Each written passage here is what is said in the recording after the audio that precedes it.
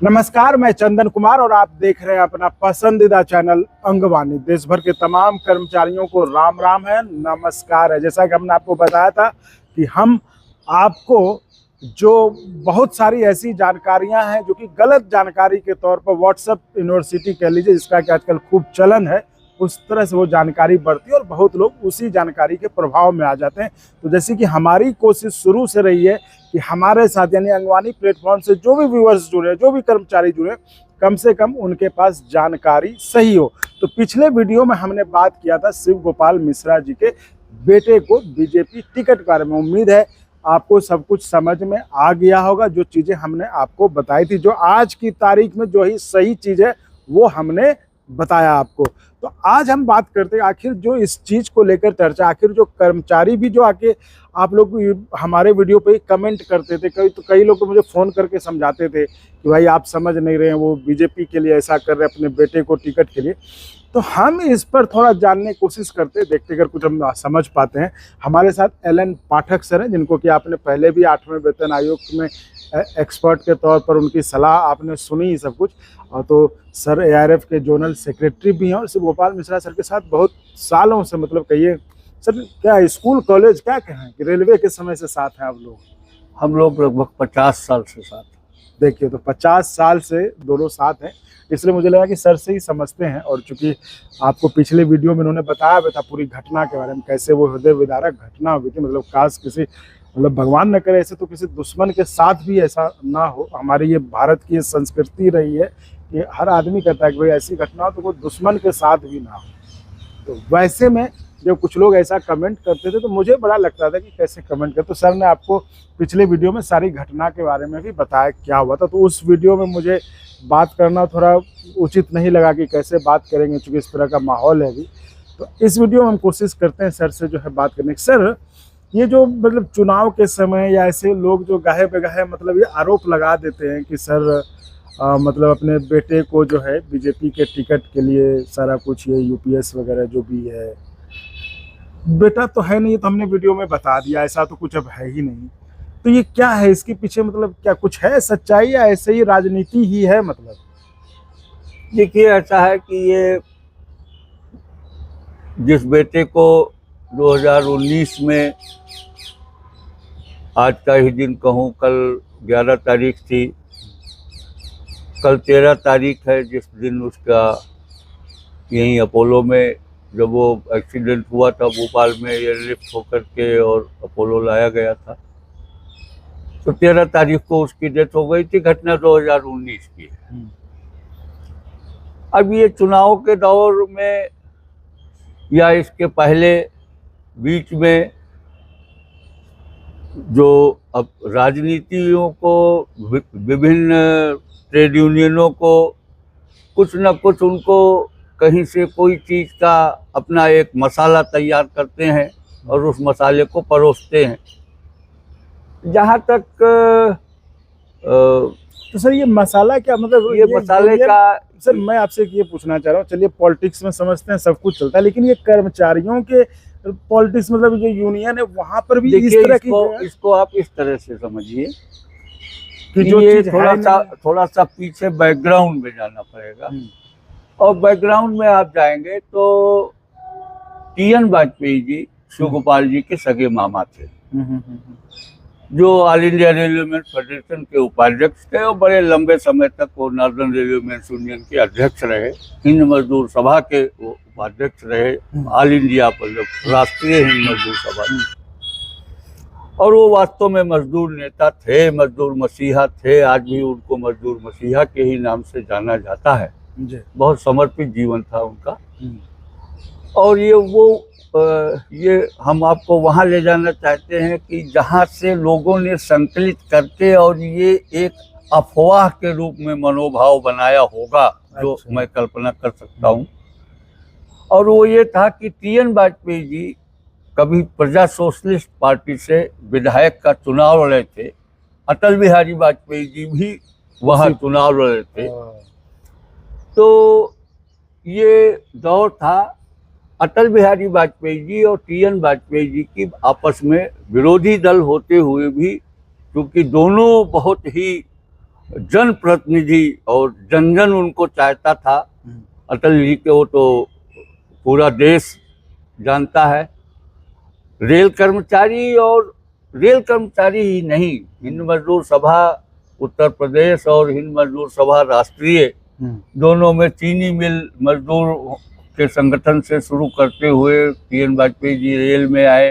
बहरहाल चूंकि इनका इतना रेल मजदूरों में इतनी पैठ थी और इतनी मान्यता थी, इतना लोग मानते थे टी.एन. वाजपेयी जी को, और टी.एन. वाजपेयी जी के सगे भांजे थे।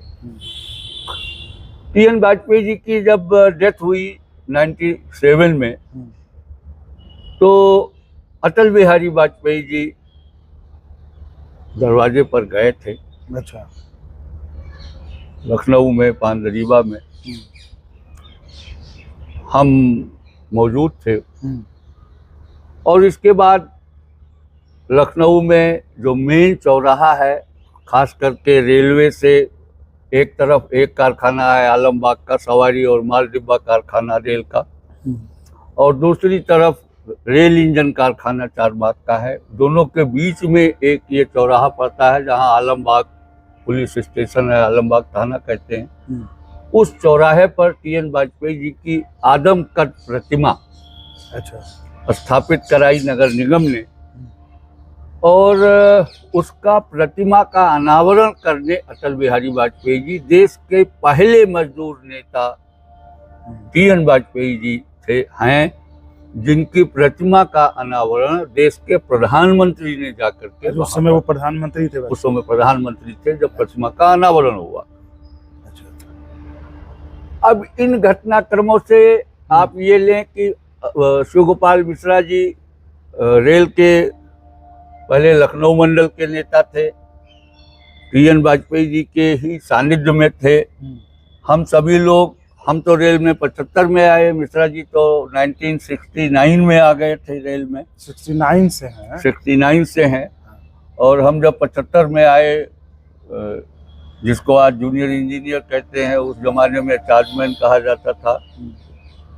तो जैसे स्कूलों में, ट्रेनिंग स्कूलों में उस जमाने में भी रैगिंग वगैरह हुआ करती थी। तो क्योंकि हमको किसी ने बताया वहाँ कि भाई एक बड़े नेता के वो है, वो अभी स्कूल से मिश्रा जी सन 74 में ये चार्जमैन बन गए थे और बॉस थे। हम लोगों का स्कूल का ये नियम था कि जो पहले आ गया है वो आपसे सीनियर है, उसका पैर छूना है, उसको बॉस ही कहना है। अच्छा। तो चूंकि रैगिंग में बहुत कुछ होता था, अब उसका आज के बच्चों को उन बातों को क्या बताएं। रैगिंग पर सरकार भी प्रतिबंध करती है। रैगिंग, मानसिक रैगिंग तो मैं आज भी अच्छा मानता हूं, लेकिन शारीरिक रैगिंग जो है ये आपका रैगिंग नहीं है। शिवगोपाल सर ने लिया? नहीं, शिवगोपाल जी के ही साथ के लोग, अच्छा, उनके बैच के लोग और लोग थे, तो वही हमको पता लगा कि भाई शिवगोपाल मिश्रा जी एक हैं, वो बहुत बड़े नेता के भांजे भी हैं और वो खुद भी बहुत ही उग्र नेता है लखनऊ शहर के। अच्छा। रेल का बहुत बड़ा सेटअप है लखनऊ में। उस जमाने में तो और भी था। आज जिन कारखानों में संख्या 2000-2500 हो गई है, कि हम लोग जब आए उस जमाने में 6000-7000 कर्मचारी हुआ करते थे, क्योंकि वो दौर था, स्टीम इंजन का जमाना था। अब तो स्टीम इंजन बच्चे फोटो में देखेंगे। तो रेल का जो भी कोई भी पार्टी एमपी का चुनाव हो, मेरा सौभाग्य रहा है कि अटल बिहारी वाजपेयी जी जब देश के प्रधानमंत्री थे, प्रधानमंत्री नहीं थे, उसके पहले सांसद थे, जब भी वो लखनऊ से चुनाव लड़े तो उनकी जो आखिरी चुनाव सभा होती थी उसमें 2 ही आदमी बोलते थे, एक पंडित अटल बिहारी वाजपेयी और एक लक्ष्मी नारायण पाठक, मैं स्वयं। अच्छा। 2 ही आदमी आखिरी चुनाव सभा में बोलते थे। पूरा आमला। अब एक लगभग ये समझिए कि लखनऊ में उस दौर में ये मान करके चलिए कि लखनऊ में 2 बड़े कारखाने, 3 कारखाने हैं। एक ब्रिज का भी वर्कशॉप है, लखनऊ मंडल है, पूरा लखनऊ डिवीज़न है, RDSO वहाँ है। तो रेल कर्मचारियों की एक बहुत बड़ी संख्या है और उनके परिवार को आप मिला लें तो लगभग 1.5 लाख पौने 2 लाख वोट रेल कर्मचारियों के हैं वहाँ सिर्फ लखनऊ लखनऊ में, उस एरिया में जो लखनऊ कैंट एरिया कहलाती है। 1.5 से 2 लाख वोट 1.5 लाख वोट कम से कम हैं आज की तारीख में भी, क्योंकि जो भी लोग रिटायर्ड हुए हैं सब उसी एरिया में ही बसे हुए हैं, मकान बनाया, वही एरिया खाली भी थी। तो और TN वाजपेयी जी के समय से फिर शिवगोपाल मिश्रा जी का इतना प्रभाव रहा है, आज भी ईश्वर की कृपा से वो कायम है। हर राजनीतिक पार्टी ये कहना कि हाँ वो भारतीय जनता पार्टी के टिकट के लिए सरकार के साथ, शिवगोपाल मिश्रा जी के संबंध जितना मुझे जानकारी है मुलायम सिंह यादव जी के साथ सबसे ज्यादा थी। मैं ये जानता हूँ कि आज जो समाजवादी पार्टी के अगुआ हैं अखिलेश यादव, वो भी मिश्रा जी को प्रणाम करते हैं, बड़ा भाई मानते हैं। जहाँ तक भारतीय जनता पार्टी के उसकी बात है तो जो ये मिश्रा जी का जो आभा मंडल है, जो पूरे उस एरिया में कैंट में, तो चूंकि अटल बिहारी वाजपेयी जी ने TN वाजपेयी जी की मूर्ति का अनावरण किया था, इसके बाद एक दौर है, आप उन चुनावों को ले, उत्तर प्रदेश विधानसभा का चुनाव 17 में हुआ था, फिर 2022 में हुआ, अब 27 में होगा। तो 2022 के चुनाव में 19 में बेटा जा चुका था भगवान के पास, तो कोई प्रश्न ही नहीं था।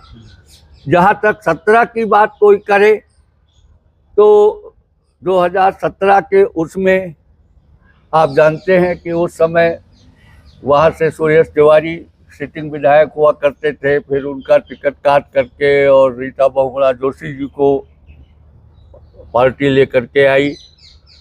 तो इसके बाद जो 22 का चुनाव हुआ वो तो खैर ब्रजेश पाठक जी हैं जो उप मुख्यमंत्री भी हैं।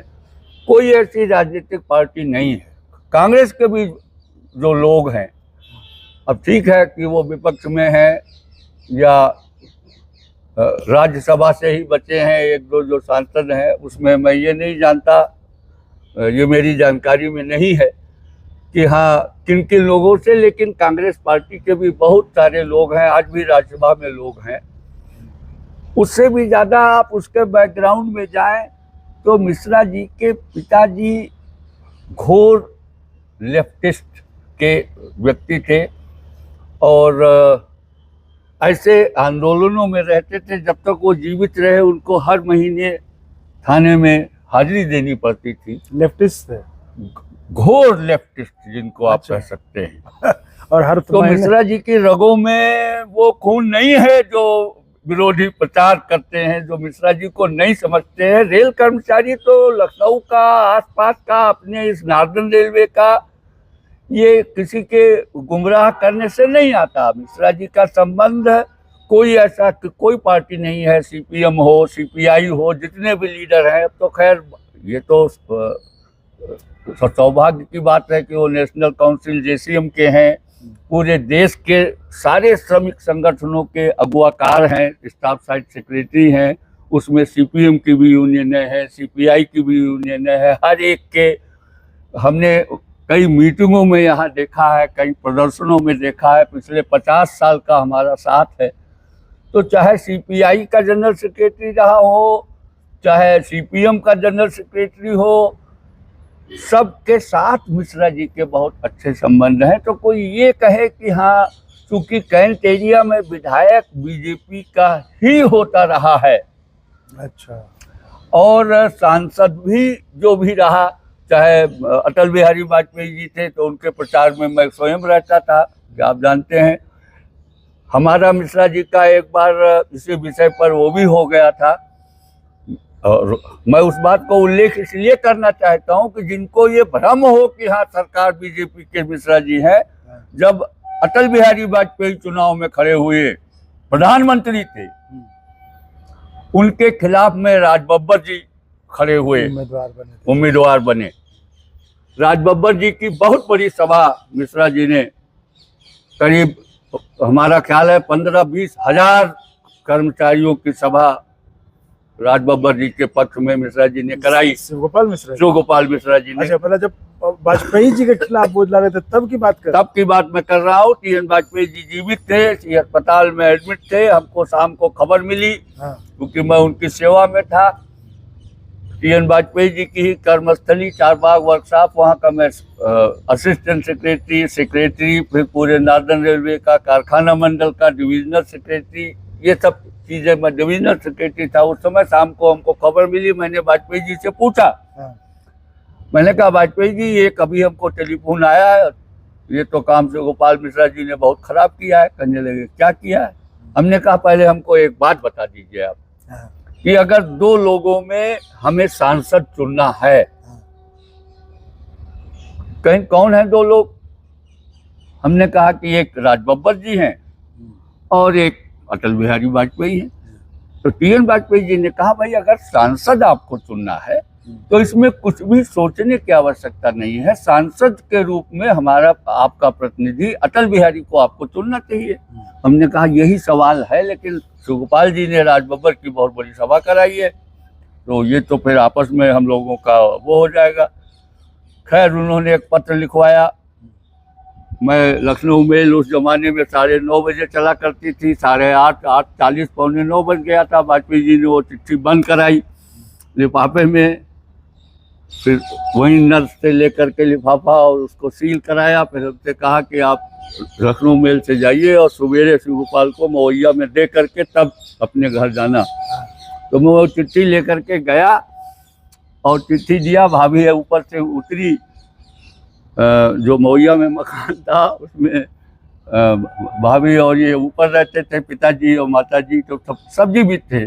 और इनकी माताजी बहुत बड़ी भगत थी। जितना वो पिताजी मतलब घोर लेफ्टिस्ट और आधी जिंदगी आधे से ज्यादा उनकी जेलें में भी थी, शिवगोपाल सर के पिताजी की।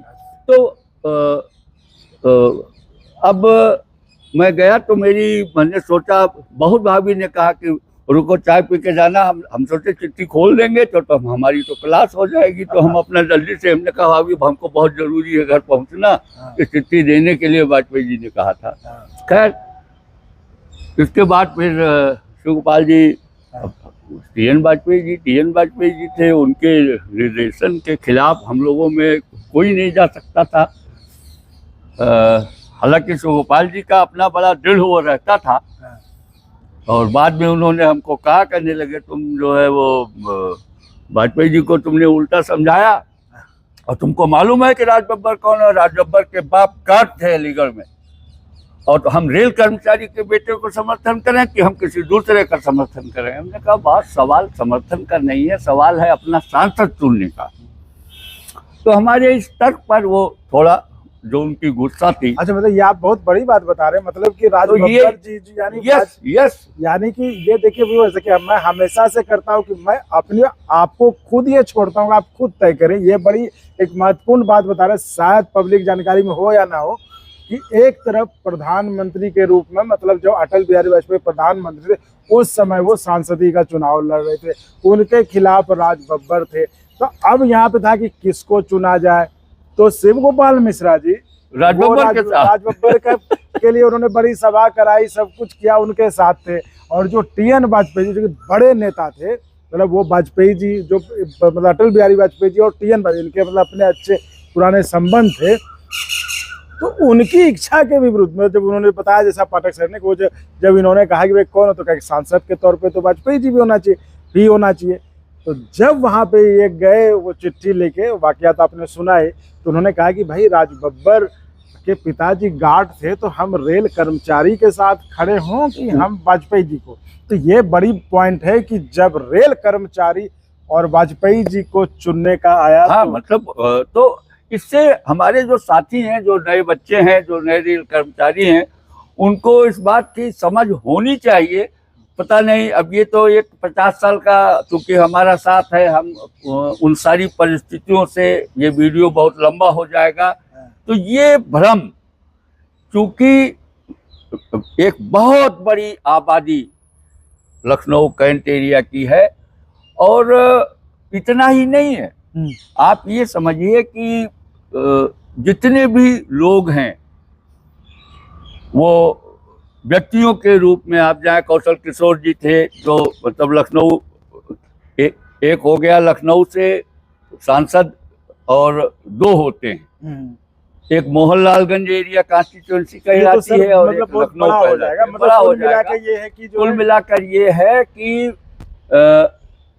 ये कहना भाई अटल जी जब चुनाव लड़ना बंद किए, अस्वस्थ हो गए, तो इसके बाद एक लालजी टंडन जी थे, तो कोई भी रहा चाहे जिस पार्टी का रहा, वो शिव गोपाल मिश्रा जी से हर पार्टी ने अप्रोच किया, चूंकि इतना बड़ा वोट था वहां पे, क्योंकि तो ये उनके नेता थे, इतने बड़े नेता थे, नहीं नेता हैं। हाँ, मतलब आज भी उस एरिया में भाई ब्रजेश पाठक जी, वो भी जिला हरदोई के हैं। अब कोई कह दे कि भाई वो इसलिए है कि मतलब ब्रजेश पाठक के मीटिंग में, या भाई ये सवाल है कि हमारे देश का रक्षा मंत्री है, वो वहां से सांसद का चुनाव लड़ता है। अब सांसद अगर लखनऊ का है और जिसको नेशनल काउंसिल, जैसी हम पूरे देश के सरकार, भाई बीजेपी की सरकार है, कल को उसके पहले कांग्रेस सरकार थी, उसके पहले जनता सरकार थी, सरकार कोई भी हो, हमेशा आप लठ बजा करके ही कर्मचारियों का भला नहीं कर सकते, हमेशा आप हर बात पर हड़ताल करके नहीं कुछ हासिल कर सकते।